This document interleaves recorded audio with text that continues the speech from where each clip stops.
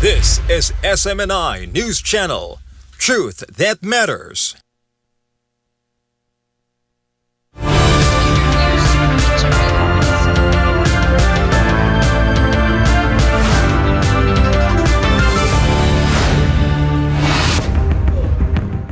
In the headlines, first, Russia has scheduled a January hearing in a lawsuit against Euroclear. The central bank is seeking damages over the freezing and use of its assets by European institutions. EU divide, sharp divisions within the European Union are on full display after leaders failed to agree on whether frozen Russian assets should be used to finance Ukraine. The disagreement highlights political, legal, and economic fault lines shaping Europe's response to the ongoing conflict. In Brazil, President Luiz Inácio Lula da Silva says Italy is not opposed to the EU-Mercosur trade agreement, but has asked for more time to secure support from farmers. Meanwhile, France continues to resist the pact, and farmer protests are spreading across Europe. In the United States, a business jet crashed while trying to return to a North Carolina airport shortly after takeoff, killing all 7 people aboard, including retired NASCAR driver Greg Biffle and his family.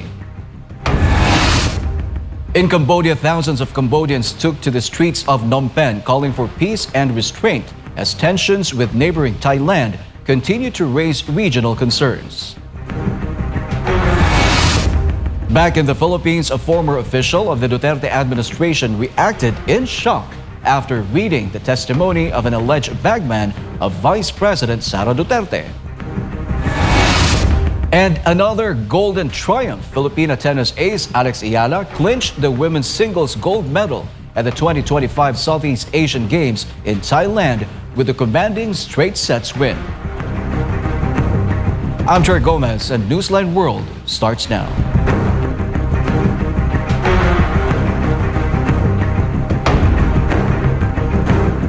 In the news, Russia has scheduled a January hearing in a lawsuit against Euroclear as a central bank seeks damages over the freezing and use of its assets by European institutions. Paul Montibon has more. A preliminary hearing of the Russian central bank's lawsuit against the Belgium-based Euroclear is scheduled for January 16 next year as Russia moves to seek damages from European banks for illegally freezing and using its assets. In a statement released by its press service on Thursday, the Bank of Russia said it will claim damages from European banks in a Russian arbitration court for the illegal blocking and use of its assets. On Monday, the bank filed a lawsuit against Euroclear, which holds a large amount of frozen Russian assets, seeking over 18 trillion rubles, about $230 billion in damages. The Russian Foreign Ministry said that any disposal of Russian sovereign assets without the consent of the Russian Federation, whether through indefinite freezing, confiscation, or attempts to disguise the de facto confiscation of some form of so-called compensation loan, is absolutely illegal and is a serious violation of international law. The European Commission published a plan on December 3 to use frozen Russian assets to support Ukraine, reducing the funding amount up to $186 billion to around $105 billion. Reporting for Newsline World, this has been Paul Montibon, SMN News. Meanwhile, sharp divisions within the European Union were on full display after leaders failed to agree on whether frozen Russian assets should be used to finance Ukraine, highlighting the political, legal, and economic fault lines shaping Europe's response to the ongoing conflict. Joy Tabanao for the details. After marathon talks stretching late into the night in Brussels, EU leaders walked away without a deal on one of the most sensitive proposals since Russia's invasion of Ukraine, whether Moscow's frozen state assets could be leveraged to support Kiev. Supporters argue the funds are necessary to keep Ukraine financially and militarily afloat. Opponents warn the move could undermine international law and shake confidence in Europe's financial system. European Council President Antonio Costa floated a temporary workaround, suggesting member states raise short-term financing through joint borrowing while legal questions over a reparation-style loan are resolved. But the compromise failed to bridge divisions. At the heart of the dispute is a proposal to back a massive loan to Ukraine using Russian assets frozen across the EU, most of them held by Belgium-based clearinghouse Euroclear. Moscow has responded by escalating legal action, expanding arbitration cases to include the European banks, and warning of consequences if the assets are used. Belgium, Italy, Hungary, Slovakia, and the Czech Republic were among the countries expressing strong reservations, citing legal uncertainty and fears of economic blowback. Germany and the European Commission pushed back, arguing Europe cannot afford hesitation as Ukraine faces growing financial strain and battlefield pressure. The deadlock also derailed progress on other issues, including a controversial trade agreement with South American nations, abandoned amid protests by thousands of farmers in Brussels. With no agreement reached, the EU's role in shaping the next phase of the war or a potential peace settlement remains hanging. Joy de Banao, your citizen correspondent reporting for Newsline World. The Louvre Museum in Paris has closed after its employees went on strike over pay, workload, and security concerns. The Louvre Museum, the world's most visited museum, was forced to close on Monday following a unanimous vote by staff to strike over pay, workload, and long-standing security and maintenance issues. Some 400 employees participated in the strike, which now affect regular operations, including the museum's scheduled weekly closure day. Unions say management has neglected basic maintenance and security, even as staffing numbers have declined over the years. They warn the strike could continue unless staffing and wages are addressed. The museum has faced a difficult year, including a jewel heist in October, structural weakness leading to gallery closures, and water damage to ancient books. The Louvre plans to spend an estimated $1 billion on renovations to improve infrastructure and security. Non-EU visitors' tickets will soon increase by 45% to help fund these upgrades, though unions warn underlying issues remain unresolved. Brazilian President Lula da Silva says Italy is not opposed to the European Union Mercosur trade agreement, but has asked for more time to secure support from farmers as France continues to resist the pact and farmer protests spread across Europe. Here's the latest updates from Jean Domingo. At a press conference in Brasilia, President Lula said Italian Prime Minister Giorgia Meloni assured him during a phone call that Rome's hesitation is political, driven by pressure from the agricultural sector. E na conversa com a primeira-ministra Meloni, ela ponderou para mim que ela não é contra o acordo. Ela apenas está vivendo certo embaraço político por conta dos agricultores italianos, mas que ela tem certeza que ela é capaz de convencê-los a aceitar o acordo.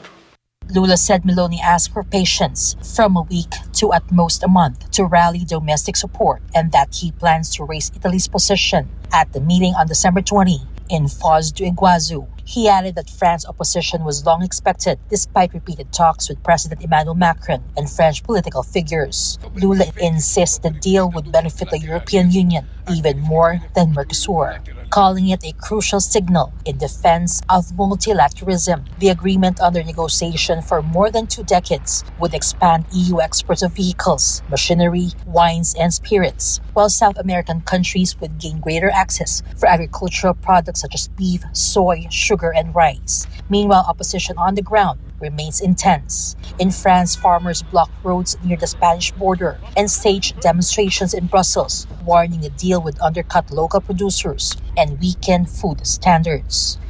I think Mercosur will affect everyone because we have a lot of beautiful quality of food here, production, and with a lot of rules, and all the stuff is coming from overseas. There is not the same control, the same rule. So it will be less quality and not income for our farmers.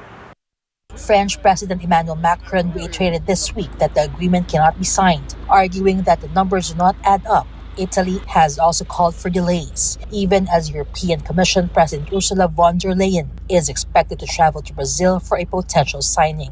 Any deal would still require approval from the European Parliament. Lula says Mercosur is ready to move forward, even with compromises, but concedes the timeline now depends on Europe's internal politics and whether resistance from farmers can be overcome. Reporting for Newsline World, this has been Jean Domingo, SM9 News. Up next, a business jet crashed while trying to return to a North Carolina airport shortly after takeoff, killing all 7 people aboard, including retired NASCAR driver Greg Biffle and his family. And thousands of Cambodians took to the streets of Phnom Penh calling for peace and restraint as tensions with neighboring Thailand continue to raise regional concerns. More news when Newsline World returns.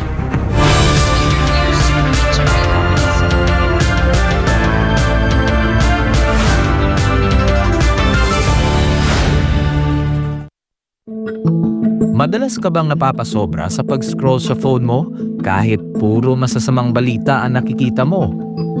Isipin mo ito. Nakahiga ka na sa kama, nagche-check lang ng phone bago matulog. Tapos, hindi mo na malayan, ilang oras ka na palang nagbabasa at nanonood ng mga balita tungkol sa digmaan, sakuna, politika at lahat ng masasamang nangyayari sa mundo. Nakakaramdam ka na ng kaba at pagod. Pero tuloy mo pa rin ang scroll mo. Ang tawag dyan ay doom scrolling. Ito ang habit ng paulit-ulit na pagtingin sa mga negatibo o nakaka-depress na content tulad ng digmaan, krimen o problema sa mundo. Nakaka-stress pero hindi mo pa rin mapigilan.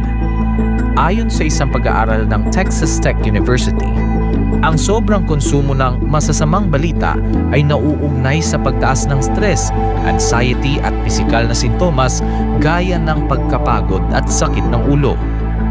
Ayon naman sa Harvard Health, ang doom scrolling ay nagpapataas ng fight or flight hormones tulad ng cortisol at adrenaline na nakakapagpabigat ng isip at katawan. Nakakaapekto ito sa iyong mood, tulog at maging sa mental at physical health mo. At kapag naman puro memes at random na content ang pinapanood mo ng sunod-sunod hanggang sa mawalan ka na ng gana na mag-isip at gumawa ng iba pang gawain, ang tawag naman dyan ay brain rot. Sa Gen Z at tinatawag na internet culture, ang brain rot ay overconsumption o sobrang tagal na panonood ng paulit-ulit, mababaw, magulo o walang saysay na content online hanggang sa parang manhid na ang utak mo. Kapag nasobrahan, syempre, nakakasama. Nawawalan ka na ng focus, nawawala ang motivation, hirap mag-isip ng malalim, parang lutang o foggy ang utak. Masaya sa simula, pero kapag sobra, napapagod ang isip mo. Nahihirapang mag-concentrate at parang lutang. Mas delikado pa ito sa mga bata dahil ang utak nila ay nasa proseso pa ng pag-develop. Kaya mas malakas ang epekto ng doom scrolling at brain rot sa kanila. Maaaring makaapekto sa pag-aaral, pag-iisip at pakikitungo sa iba. Ang higit sa 4 na oras ng screen time araw-araw sa mga kabataan ay konektado sa 35 to 88% na mas mataas na posibilidad ng depresyon, anxiety at stress. Base ito sa isang malawakang pag-aaral sa Brazil. Kaya, maging balanse. Magpahinga sa screen, magbasa, makipagkwentuhan, magdasal, maging present lagi. Alagaan ang iyong isipan. Kung anong itinatanim sa isipan mo, yun ang lalago.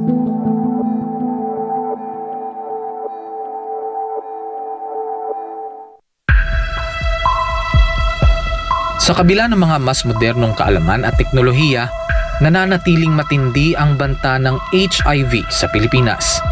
Pero gaano nga ba kalala ang sitwasyon?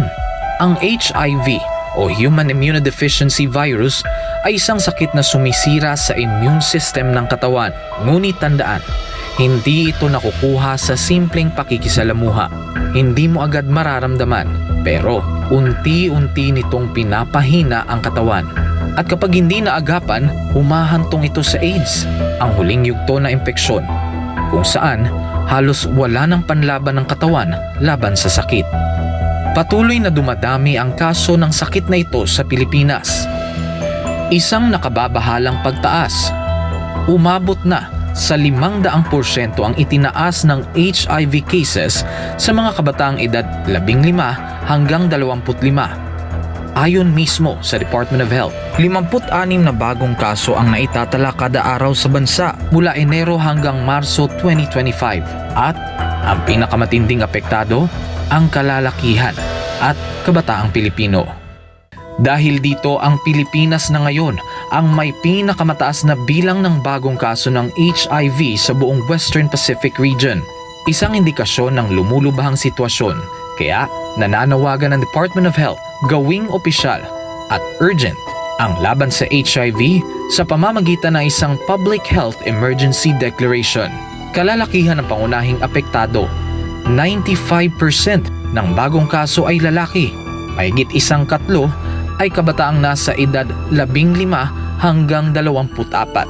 Habang wala pang deklarasyon, patuloy ang DOH sa mga sumusunod na hakbang: HIV testing, libreng gamot, self-test kits, at pakikipagtulungan sa DepEd para sa edukasyon sa mga paaralan. Isinulong rin ng DOH ang online patient appointment system para sa HIV patients.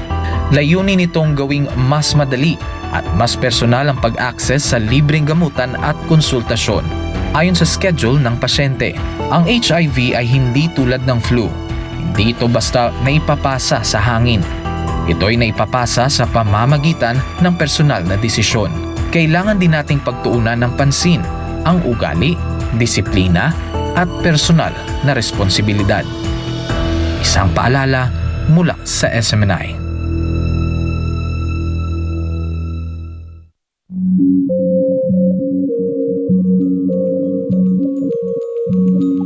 Sa panahon ng tag-ulan, hindi lang baha at ulan ang dapat bantayan, kundi pati na rin mga sakit na pwedeng makahawa. At dahil ngayon ay rainy season, nagbabala ang Department of Health laban sa tinatawag na wild diseases. 4 na klase ng sakit na karaniwang nakukuha ng tao tuwing maulan. Ito ang W o waterborne diseases, gaya ng pagdudumi o gastroenteritis. I o influenza-like illnesses, gaya ng sipon, ubo at lagnat. L o leptospirosis, na maaaring makuha mula sa ihi ng mga daga sa baha. At D o dengue, na dala ng mga lamok. Kapag baha, mas mabilis kumalat ang mikrobyo. Kaya't ugaliin ang paghuhugas ng kamay at agad maligo matapos lumusong sa baha. Ano ang dapat gawin para maiwasan ang wild diseases? Tumutok sa weather updates. Magsuot ng kapote at bota. Siguraduhing malinis ang iniinom na tubig. Agad kumonsulta sa health center kung may nararamdamang sintomas.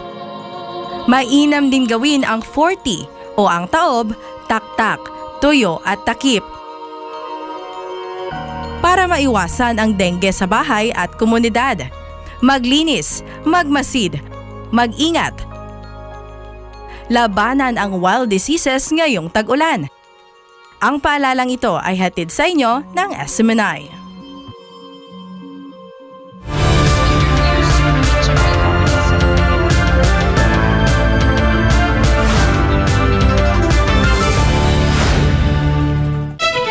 We're back and you're still watching Newsline World. After a hard floor debate in American Congress, U.S. lawmakers have rejected a war powers resolution that would have restricted President Donald Trump's ability to carry out military operations connected to Venezuela. Joy Tabanao tells us more. But the Clause 8 of Rule 20, the unfinished... The U.S. House of Representatives has rejected a measure that sought to curb President Donald Trump's military actions related to Venezuela, following a heated floor debate over war powers, drug trafficking, and allegations of regime change. Lawmakers voted on House Concurrent Resolution 64. which would have directed the removal of U.S. armed forces from hostilities within or against Venezuela unless explicitly authorized by Congress. After electronic voting, House leadership announced that the resolution was not adopted. The measure aimed to invoke the War Powers Act, urging the recent U.S. military strikes in the Caribbean and surrounding regions were carried out without congressional approval. Democratic Representative Ilhan Omar spoke in support of the resolution, saying the issue went beyond drug enforcement. This is not about drugs. This is about regime change. I am proud to co-lead Ranking Member Meeks' effort and urge all of my colleagues to join us today in reasserting this body's constitutional authority on matters of war and peace. Because let's be perfectly clear, only Congress has the power to declare war. The Trump administration's military escalation in the Caribbean is not only reckless, it is blatantly illegal. Republicans opposing the resolution argue that limiting presidential authority would weaken efforts to combat transnational drug trafficking and designated terrorist organizations in the Western Hemisphere. Republican Representative Carlos Jimenez said the resolution would tie the president's hand in protecting Americans. This resolution would prohibit the President of the United States from using all the tools at his disposal in the fight against designated terrorist organizations in the Western Hemisphere. These are the same narco-terrorists who are waging and have been waging a war on the American people through the use of deadly drugs and poison that are flooding into our country. The number one job of any government is to protect its people. Back to 2001, nearly 400,000 Americans have died from overdose poisoning. Deaths fueled by foreign terrorist organizations, including the Venezuelan regime and violent cartels operating in our own backyard. Democratic lawmakers countered the president had exceeded constitutional limits by authorizing military strikes without Congress consent.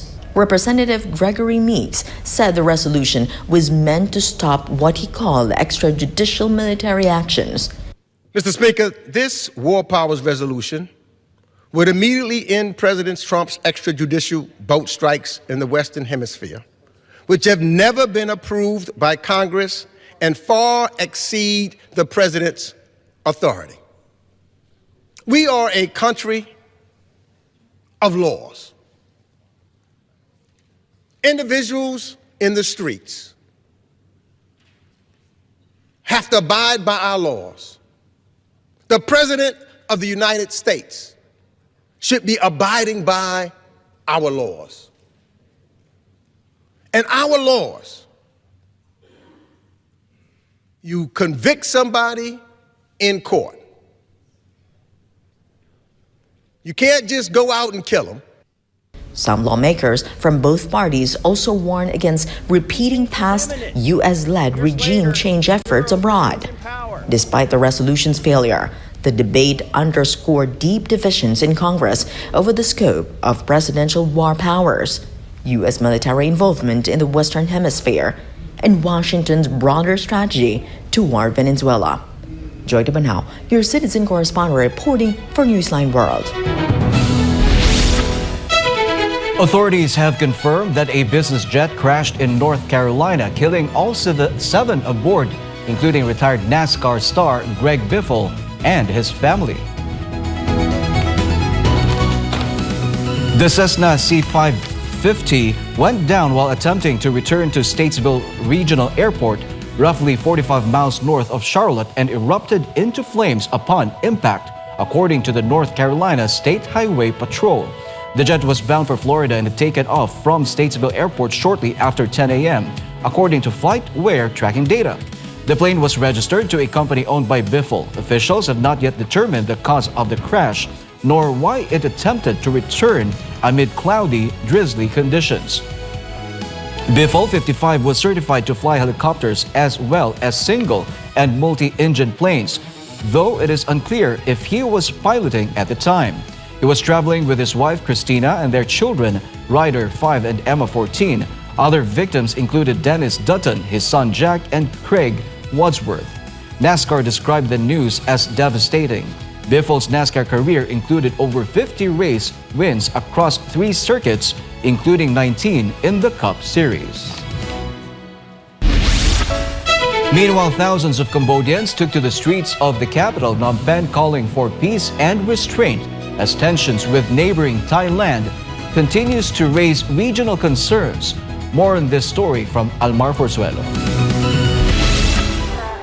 In Phnom Penh, thousands gathered near the night market before marching toward the Independence Monument Garden. The march was organized by the Union of Youth Federations of Cambodia. Participants waved national flags and carried banners reading, "Cambodia needs peace, Hun Mani." The group's leader stressed that peace remains the priority for Cambodians at home and abroad. រៀបចំដើរថ្មើរជើងដើម្បីសន្តិភាពគឺដើម្បីពីនេះមកនេះបង្ហាញទៅលើឆាកអន្តរជាតិមិត្តភ័ក្តិអន្តរជាតិហើយក្នុងនោះក៏មានប្រជាជនថៃផងដែរថាប្រជាជនកម្ពុជាពិតជាមិនចង់បានសង្គ្រាម Protesters also appealed directly to the Thai people, urging solidarity between neighboring nations. The march comes after renewed clashes along the Thai-Cambodian border last week. Thailand reported several soldiers and civilians killed during evacuations. Cambodia says 18 civilians were killed and 78 injured, with up to 750,000 people displaced. Both sides accused each other of triggering the violence, despite a ceasefire brokered by U.S. President Donald Trump in Kuala Lumpur last October. Meanwhile, the 33rd Southeast Asian Games are set to conclude this Saturday in Thailand after being overshadowed by Cambodia's unprecedented withdrawal over security concerns. Cambodia announced its withdrawal on December 10th, citing escalating tensions with host nation Thailand. Its 137-member delegation returned home without competing, despite being scheduled to take part in 12 sports. The Games, hosted in Bangkok and Chonburi, began on December 9th and will officially close on December 20th. Regional leaders continue to urge calm as both diplomatic efforts and regional events unfold under the shadow of renewed border tensions. Reporting for Newsline World, Almar Forzuelo, SMNA News. China's foreign ministry pushed back against the United States and Japanese actions it says threaten sovereignty and peace, while reaffirming support for Venezuela amid rising geopolitical tensions. Valdivina Gracia for the details. China has issued strong objections to a series of regional and international developments, condemning a major U.S. arms sale to Taiwan, voicing support for Venezuela at the United Nations, and criticizing Japan's recent military deployments. Chinese Foreign Ministry spokesperson Goh Jiakun condemned Washington's approval of what U.S. officials described as the largest ever arms package to Taiwan, valued at more than $11 billion. Goh said the move by the United States seriously violates the One China principle and the 3 China-U.S. joint communiques. 美方公然宣布巨额售台先进武器计划，严重违反一个中国原则和中美3个联合公报。 严重损害中国主权、安全和领土完整，严重破坏台海和平稳定，向台独分裂势力发出严重错误信号。中方对此坚决反对，强烈谴责。 He warned that arming Taiwan would only increase tensions across Taiwan Strait and accelerate the risk of military confrontation. Goh also addressed developments involving Venezuela after Caracas requested a meeting of the United Nations Security Council over what it calls ongoing U.S. aggression. China, he said, opposes unilateral pressure and supports Venezuela's right to safeguard its sovereignty and pursue cooperation with other countries. 中方反对一切单边霸凌行径，支持各国捍卫自身主权和民族尊严。委内瑞拉有权利自主发展同其他国家的互利合作，相信国际社会理解和支持委内瑞拉维护自身正当权益的立场。 中方支持委方关于召开联合国安理会紧急会议的要求。 Turning to regional security in East Asia, Goh criticized Japan over reports that Tokyo is strengthening island deployments to monitor Chinese military activity, while noting that freedom of navigation over flight is protected under international law. Goh warned that Japan's actions are raising concerns among neighboring countries due to its history of militarism. 联系到高市首相涉台系列错误和危险言行，人们必须要问：日方是否在制造事端、近身挑衅，为自身扩军出海打掩护、找借口，是否按照右翼势力的设计重走军国主义的邪路、死路？我们敦促日方汲取历史教训。 China reiterated that it firmly opposes any moves that it says threaten regional stability or encourage separatism, warning that such actions could have serious consequences for peace in both the region and beyond. Reporting for Newsline World, this is Valdivina Gracia, SMNA News. When we returned in the Philippines, a former official of the Duterte administration reacted in shock after reading the testimony of an alleged bagman of Vice President Sara Duterte. And another golden triumph, Filipina tennis ace Alex Eala clinched the women's singles gold medal at the 2025 Southeast Asian Games in Thailand with a commanding straight sets win. More news after the break.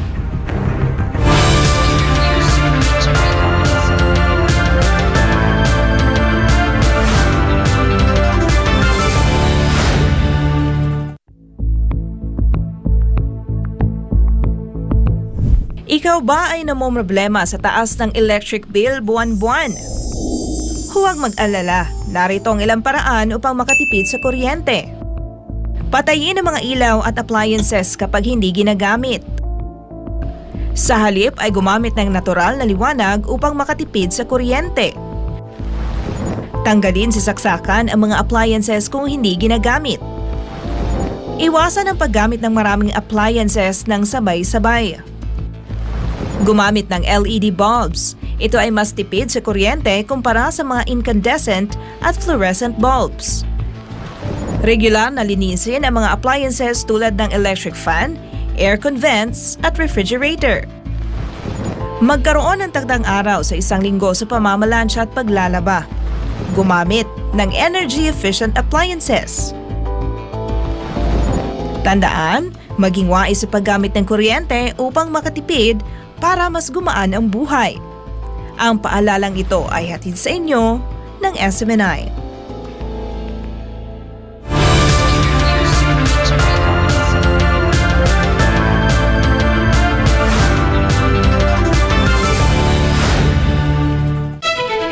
We're back with more news. A former official of the Duterte administration cursed after reading the testimony of Ramil Madriaga, the alleged bagman of Vice President Sara Duterte.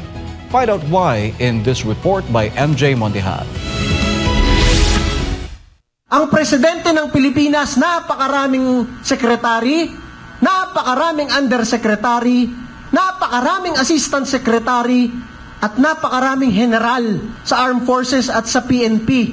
Maliban pa sa napakaraming opisyal galing PMA at PNPA, ikaw na walang ranggo sa AFP at PNP, ikaw ang inutusan for counterintelligence. Former National Youth Commission or NYC Chairman Ronald Cardema could no longer contain his anger after reading the testimony of a certain Ramil Madriaga, the alleged bagman of Vice President Sara Duterte. At the PDP-HQ Coffee Forum in Manila, Cardema denied Madriaga's affidavit point by point. Sometime in 2018, I was formally assigned by President Duterte to work for the Presidential Security Group. Masabi ko sa inyo, kahit pulis at sundalo ka, kahit graduate ka ng Philippine Military Academy at Philippine National Police Academy o Officer Candidate School, hindi ka agad makakapasok ng PSG kung hindi ka mag-VIP training sa PSG mismo. Madriaga, who is currently detained at Camp Bagong Diwa, Taguig for a kidnapping case, has linked Vice President Sara to the alleged receipt of funds from pogo operators and drug lords. Based on reports, Madriaga is allegedly the leader of a notorious kidnap for ransom group. However, in his affidavit, he claimed that he served as an advisor to former President Rodrigo Duterte and to Vice President Sara on legal matters. In 2018, I was introduced by President Duterte to his daughter, Davao City Mayor Sara Duterte, and likewise tasked by the President to provide intelligence gathering involving politics, law, to Mayor Sara Duterte. Pare, abogado si Rodrigo Duterte, abogado si Sara Duterte. Napakaraming abogadong nakapaligid sa kanila. Ikaw ang inutusan mag-provide ng legal advice kay Sara Duterte. Alam mo talaga sinungaling eh. Cardema also downplayed Madriaga's claim that he was the convener of the group EC Pilipinas, or Inday Sara is my president.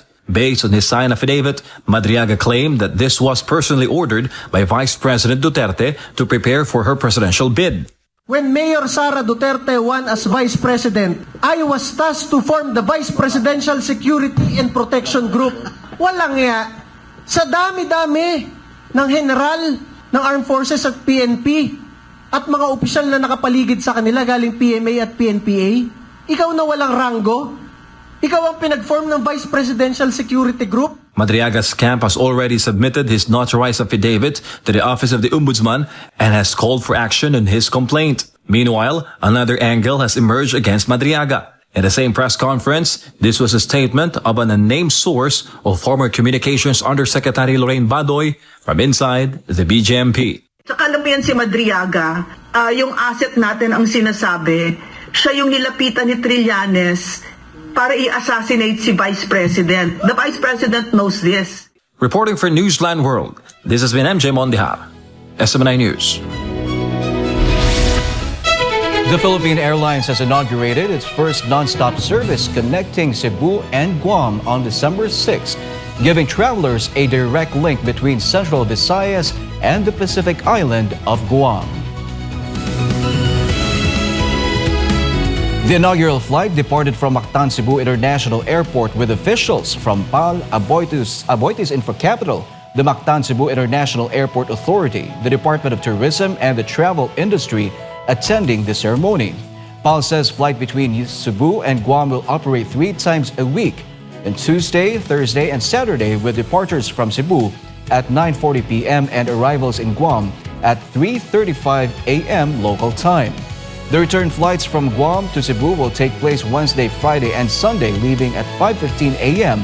and landing at 6:50 a.m. local time. The new route uses Airbus A321CAO aircraft and will complement PAL's daily Manila-Guam flights.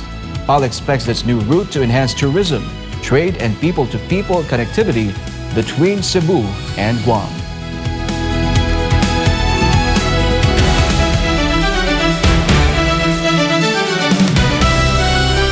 Filipino tennis ace Alex Eala clinched the women's singles gold medal at the 2025 Southeast Asian Games in Thailand with a commanding straight sets win, while defending champions Arsenal could set up an all-English quarter-final clash against Chelsea in the UEFA Women's Champions League. Carlo de la Peña reports. Alex Eala proved too strong for hometown favorite Mananchaya Sawangkao, dispatching the Thai netter 6-1, 6-2. The world number 53 jumped out to an early 3-0 lead before Sawangkao managed to get on the board in the opening set. The 20-year-old Filipina closed out the first set with ease, while the second set saw a brief fight back from Sawangkao, who leveled the score at 2-all. Eala, however, quickly reasserted control and cruised through the remaining games to capture the championship. The gold medal is the first for a Filipina tennis player at the SEA Games since Maricris Fernandez in 1999 and the country's first overall tennis gold since Cecil Mamit's 3-title run ended in 2009. Meanwhile, defending champions Arsenal will face Belgian side Leuven in the playoffs, with a victory paving the way for a last 8 meeting with Women's Super League champions Chelsea. Chelsea booked an automatic spot in the quarterfinals after finishing in the top 4 of the league stage, alongside European heavyweights Barcelona, Lyon, and Bayern Munich. Meanwhile, debutants Manchester United will take on Atletico Madrid in their playoff tie, with German giants Bayern Munich waiting for the winner. 8-time champions Lyon are also drawn in the same half as Chelsea and Arsenal and will meet either Wolfsburg or Juventus in the quarterfinals. Last season's runners-up Barcelona could cross paths with Manchester United in the semi-finals. The Spanish powerhouse will face either Paris FC or Real Madrid in the last 8. The two-legged playoffs are scheduled for February 11 to 12 and 18 to 19. while the quarterfinals will be played on March 24 to 25 and April 1 to 2. Both Arsenal and Manchester United already hold the upper hand over their playoff opponents, having beaten them earlier in the league stage. Reporting for Newsline World, this has been Carlo de la Peña bringing you the latest sports news.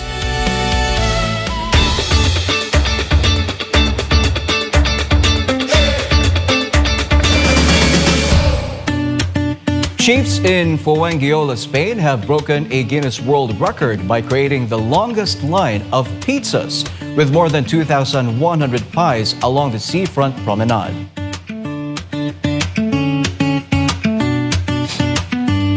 Chefs are seen tossing dough and moving quickly to assemble pizzas, while runners carried them to form the continuous line required for the record. 30 professional pizza chefs worked across 5 ovens for nearly 4 hours, beating the previous record of 2,059 pizzas set in Dubai last year. Hundreds of locals attended the event and enjoyed the pizzas once the record was confirmed. The event was organized by Italian restaurateur Antonio Pucci in collaboration with catering company Aposa. Pucci previously held the Guinness World Record for the longest single pizza in 2011.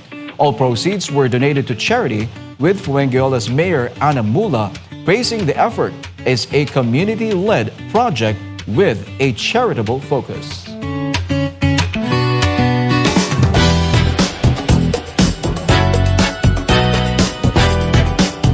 Meanwhile, Hollywood superstar Tom Cruise stunned fans after appearing nearly unrecognizable in the first teaser for his upcoming comedy Digger, a sharp break from his trademark action hero image. Meanwhile, a supposed low-key night out turned viral after footage of Rihanna dancing and singing along at a Mariah Carey concert spread across social media, reigniting debate over celebrity scrutiny and expectations even off stage. Here's Blake Ann for the Showbiz Buzz. Hollywood star Tom Cruise has surprised fans after appearing nearly unrecognizable in the first teaser clip for his upcoming comedy film, Digger. In the brief preview released online, the 63-year-old action icon is seen dancing playfully with a shovel, sporting an oversized t-shirt, basketball shorts, and cowboy boots, a striking departure from the polished, high-octane roles he is best known for. The teaser quickly sparked buzz on social media, with fans reacting to Cruise's drastically different look and lighter comedic tone. Many praise the actor for embracing a quirky, unconventional role, while others express surprise at the dramatic shift from his recent action-heavy performances. Digger is expected to showcase a more comedic side of Cruise, marking a notable change of pace in his long-running career dominated by blockbuster franchises. No release date has yet been announced, but the teaser has already generated strong interest, with audiences eager to see Cruise step into a bold new on-screen persona. Global music star Rihanna has sparked online debate after videos showed her standing, dancing, and singing along during a concert by fellow icon Mariah Carey in Las Vegas. The moment unfolded at Carey's Here for It All holiday special at Dolby Live, where Rihanna attended as a fan rather than a performer. Footage shared in social media captured the singer enjoying the show on her feet, drawing mixed reactions from viewers online. While many fans praise Rihanna for being carefree and relatable, others criticized her behavior, arguing that it was distracting, a response that quickly ignited broader discussion about how celebrities are expected to behave in public spaces. Supporters pushed back, saying that Rihanna was simply enjoying live music like any other concert goer and questioning why public figures are scrutinized even when they're off duty. The incident has also reignited conversations about celebrity culture, fan expectations, and whether stars are allowed to exist as ordinary people, especially at events they attend purely for enjoyment. Rihanna has not commented on the backlash, but the viral moment continues to fuel debate online, even as fans continue to await news of her long-anticipated 9th studio album. And that's all for now. I'm Blake Ann, bringing you the latest showbiz.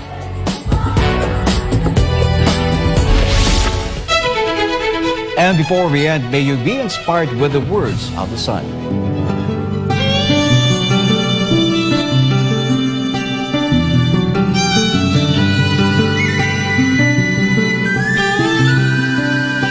Injustice provokes God in his anger and invites his judgment.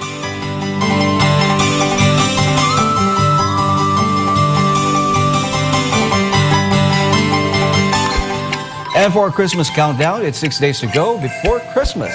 Merry Christmas, everyone. And that's all for today's edition of Newsline World. For God and my beloved country, the Philippines, I'm Ter Gomez. Thank you for watching. Goodbye.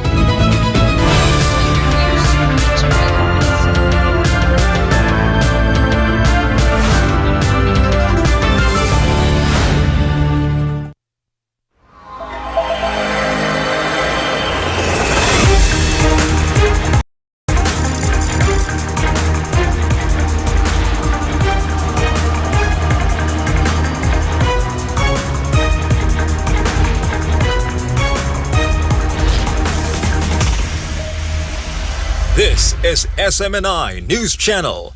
Truth that matters.